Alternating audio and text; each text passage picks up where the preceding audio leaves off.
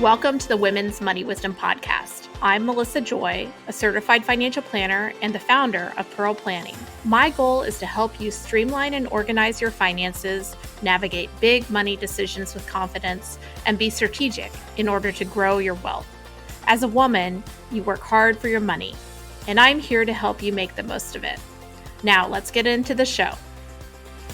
Just a quick note before we dive in. The information that we share is meant to educate and inspire, not serve as personalized financial advice.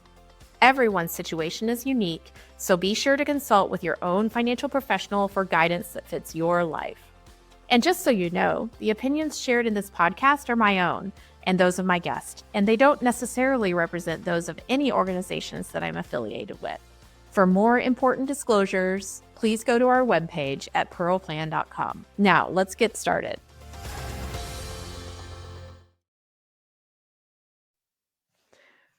Welcome back to the Women's Money Wisdom Podcast. Today we have a quick hit episode, but when you listen to it, there are so many great ideas that you can incorporate into your financial goals for the next few months. So I hope you enjoy it because we're going to talk about spring cleaning your finances. And I have a list of 20 smart financial tips that you can use to improve your money situation. I wrote an accompanying blog for this episode, and we have a link in show notes. So you'll be able to go and download the list and, kind of check off the things that you thought might be a good idea if you enjoy what you listen to. But without further ado, let's get started.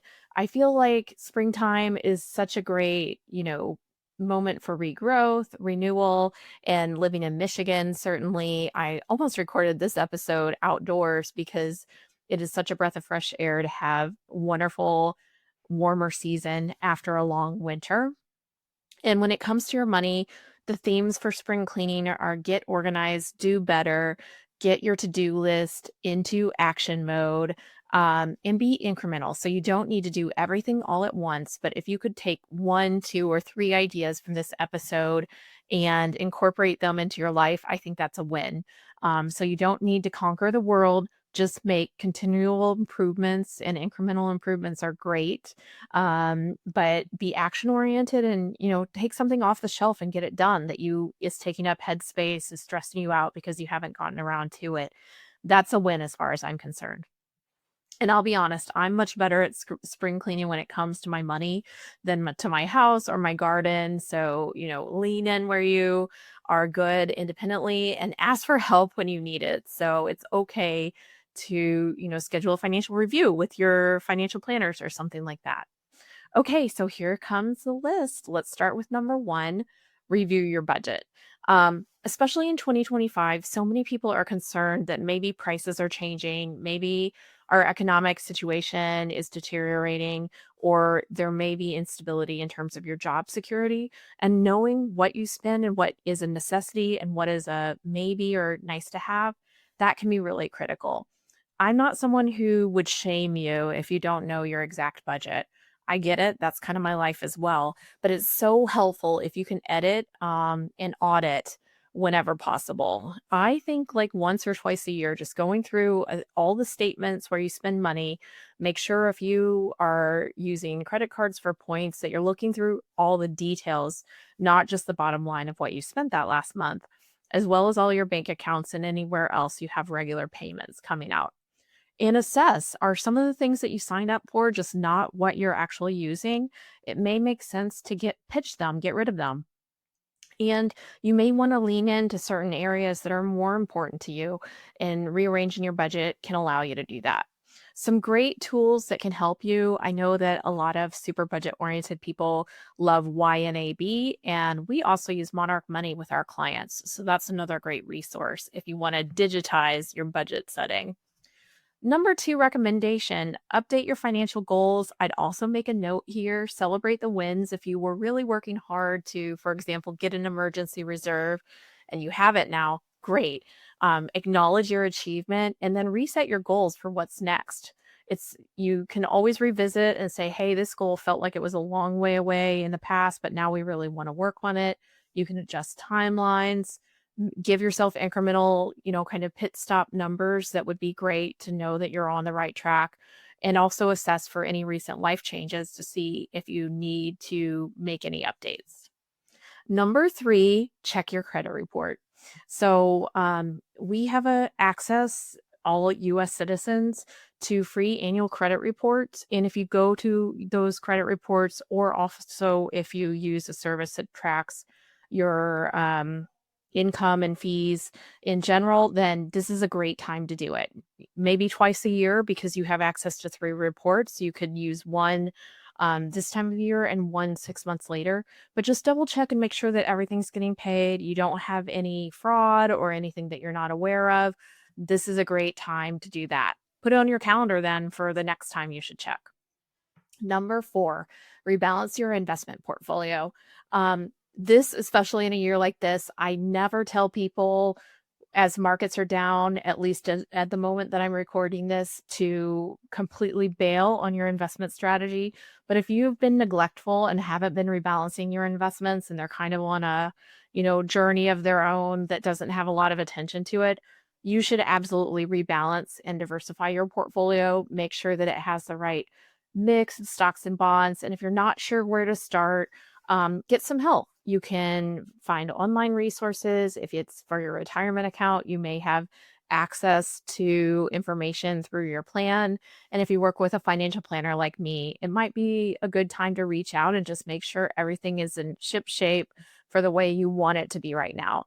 Like I said, I don't recommend a full scale change if you have a well tended investment strategy. But sometimes there's just those accounts that you forget about and you don't look at for a long time, and those may need to be revisited.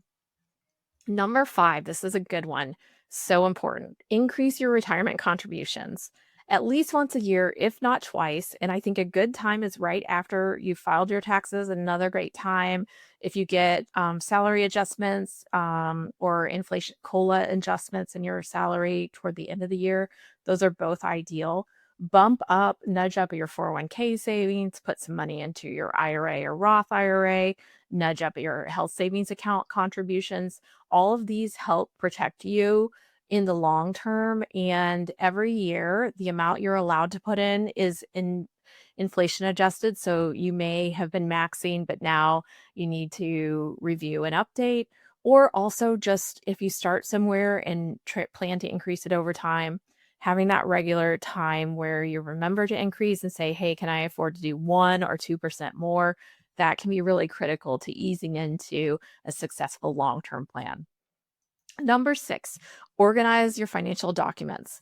Scan the things that you need to, shred statements, turn them on to receiving them digitally instead of getting a bunch of junk in the mail. Organize your receipts. If you're using a health savings account, keep track of healthcare related receipts, even if you don't ask for the funds back right now. And just make sure that you have, kind of full control over information.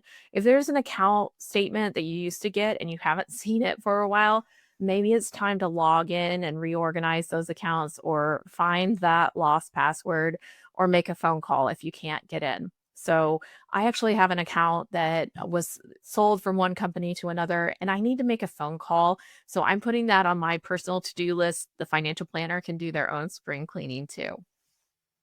Number 7, consolidate accounts.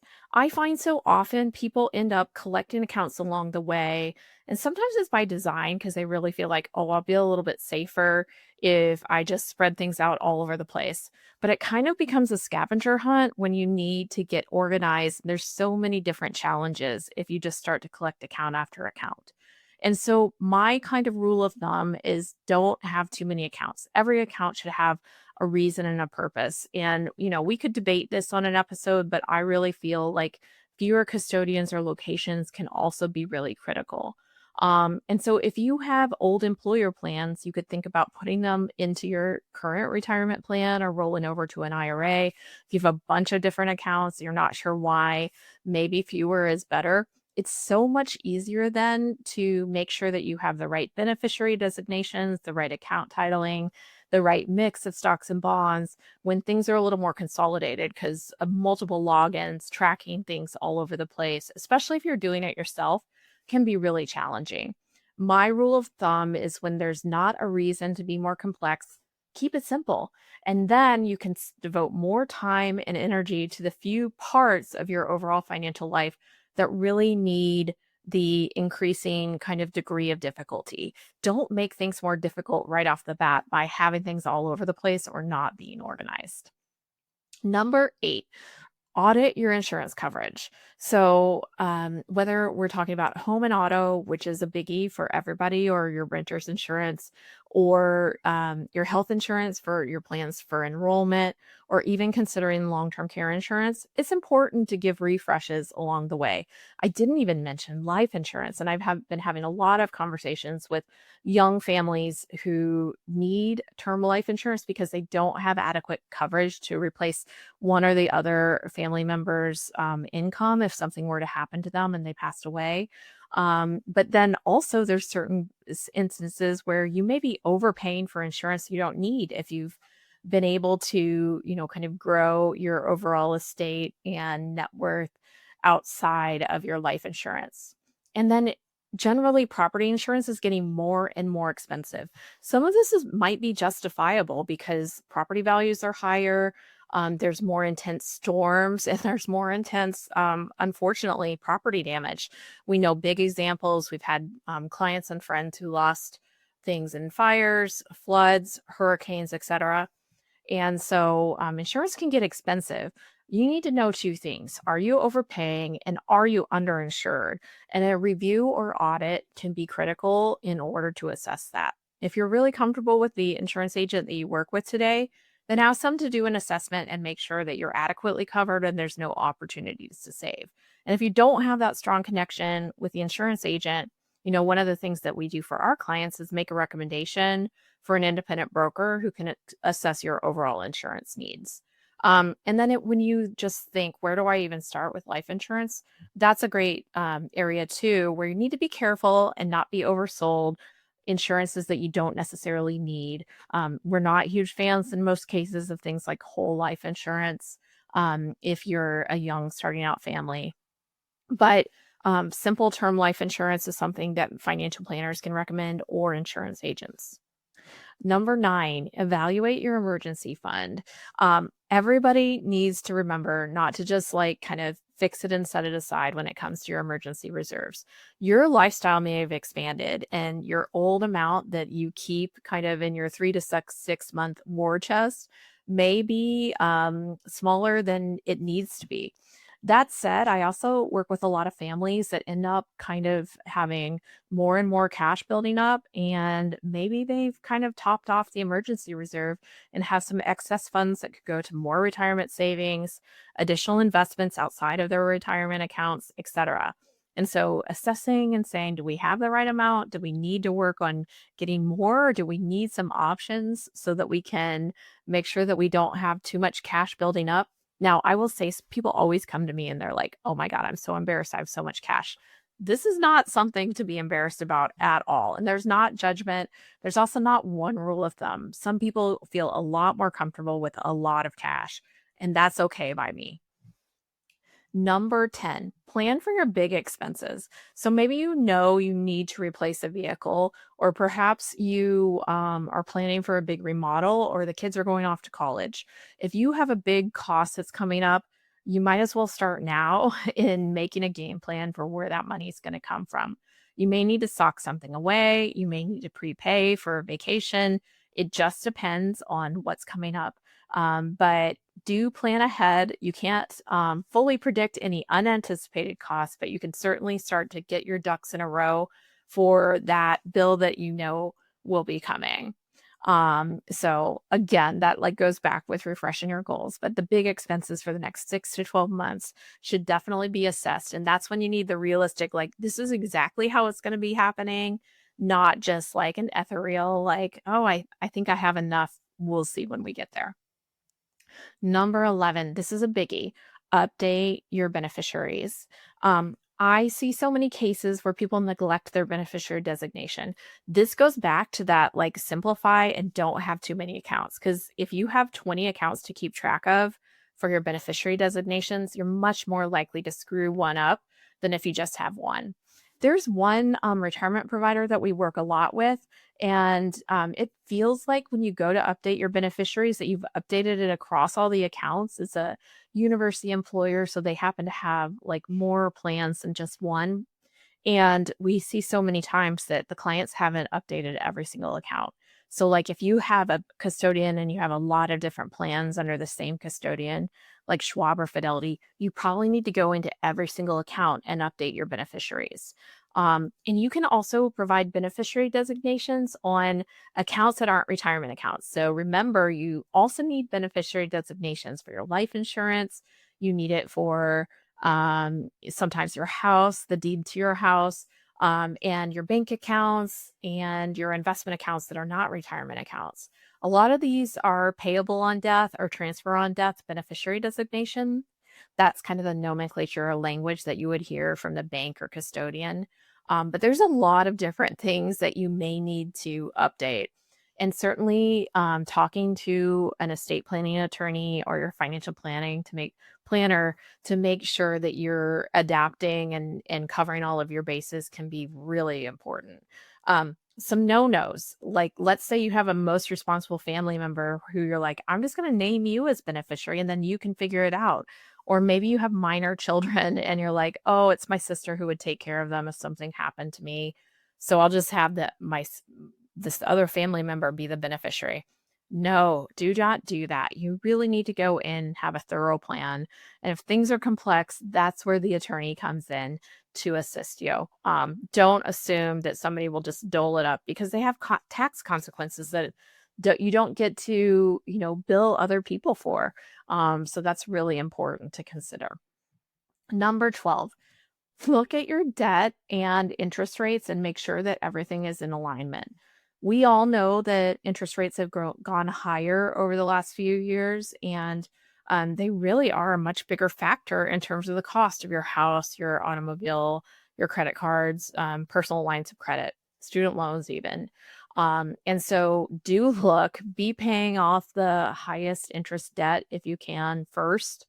If you're in trouble with credit card debt, make a game plan to get out of that debt.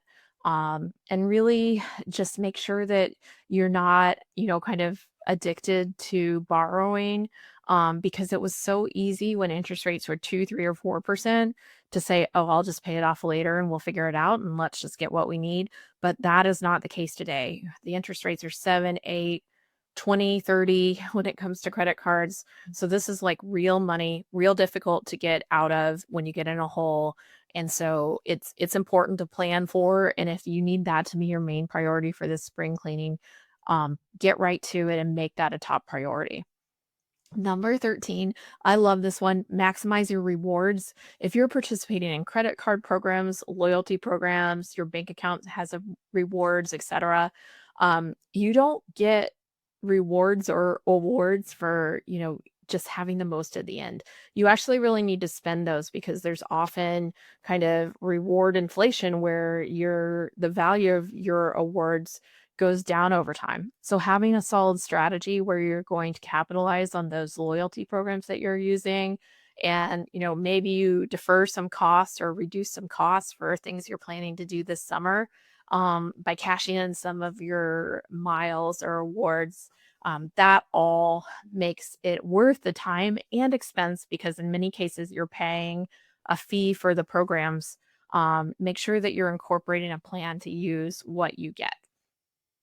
Number 14, automate your savings. Also automate your investments. So whether you're trying to add to an emergency reserve, you're boosting in a high yield savings, or you're increasing debt repayments, automate it.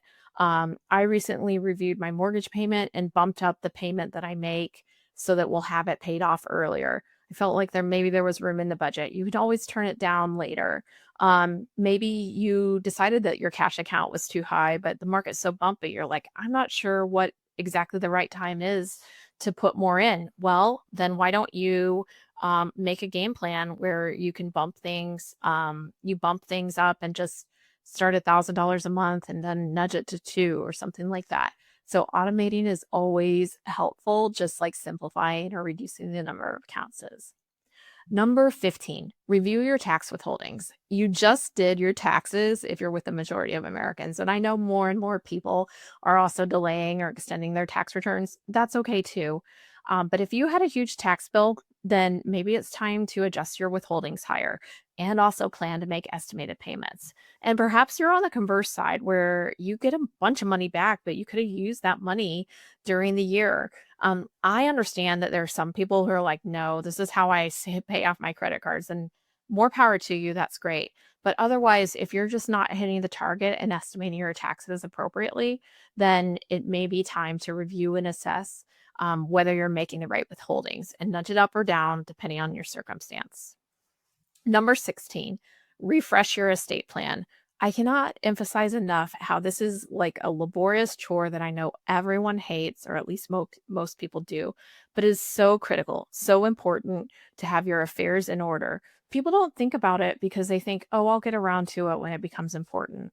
But all of us need a plan, a document that says who can make medical decisions for you, something that says who can be a power of attorney, and of course, those end of life instructions that are often incorporated into will or trust. Um, but sometimes you've already drafted your estate plan, but it's just not relevant for your life today. Perhaps you've gotten divorced. Perhaps now you have children. Perhaps your minor children are responsible adults, and that times have changed since you originally drafted your plan. Well, all of this needs to be incorporated into periodic refreshes. It doesn't have to be every year, but if now is the right year to do an update, then reach out to an attorney. Now, this will be in a debate with my attorney friends who I love having as listeners. But if you're never going to reach out to that attorney because you don't want to pay their bill, well, first I'll tell you, I strongly recommend that cost is going to be so beneficial over time. A well-planned estate can help you while you're alive, and also after you pass away will help your heirs and the people that you love. But if you're just never going to get around to it, or you're waiting until you move and you want to do it in a different state, then there are resources like Trust and Will, or we use a service called wealth.com that can draft digitally estate plans with knowledge and information that's relevant to your state.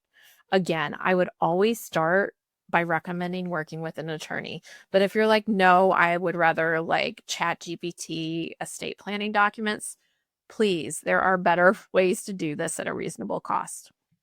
Number 17, track your net worth. I don't think you have to know exactly how many dollars you have every single day, but you can see your financial condition and financial help if you track your net worth once or twice a year. Add up all of your accounts, both your taxable investment accounts, your savings and checking, your retirement accounts, and then make a list of the value of your home, for example, or any other personal property that you may have that has a value. And then make a list of your liabilities or debt as well, and subtract those from your bottom line. And see if that's growing over time. Of course, the stock market's down this year so far. That's okay. You might be surprised at how much better your accounts are doing than you think, but it's so healthy to be able to know all of the things that you have, and this can be really helpful with organizing. Number 18, evaluate charitable giving. I think charitable giving is so valuable. It leaves a legacy.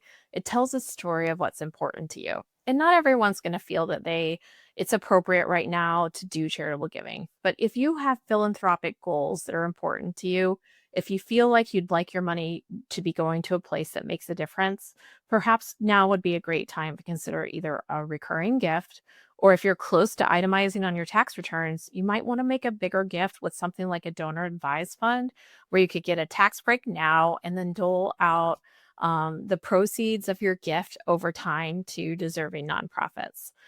Charitable planning can be really empowering, a lot of fun, and it also can be money smart if you have that as a personal financial goal. So put it on your list if it feels important to you. You don't have to wait till the end of the year. Number 19, set a money date.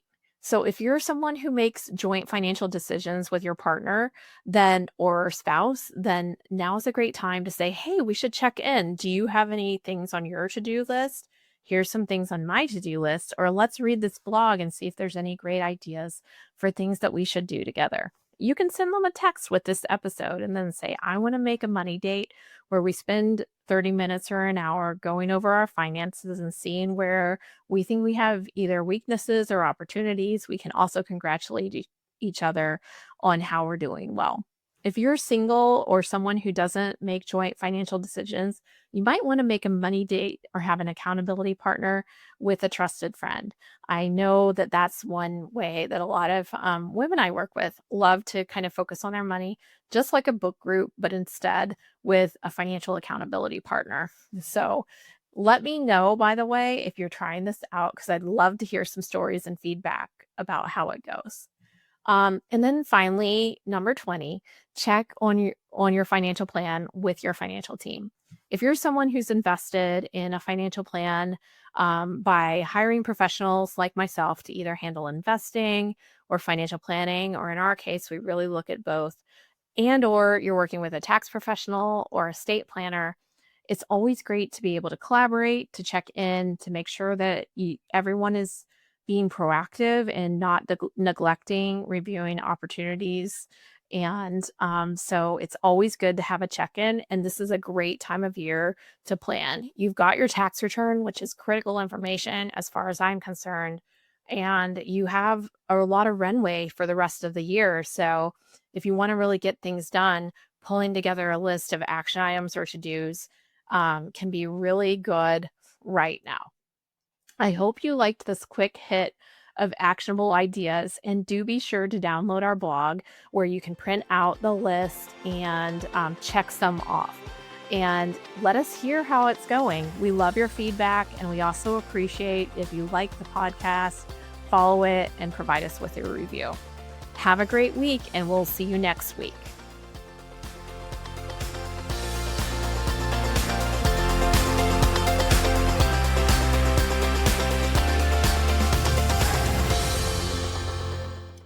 Thank you for listening to the Women's Money Wisdom Podcast.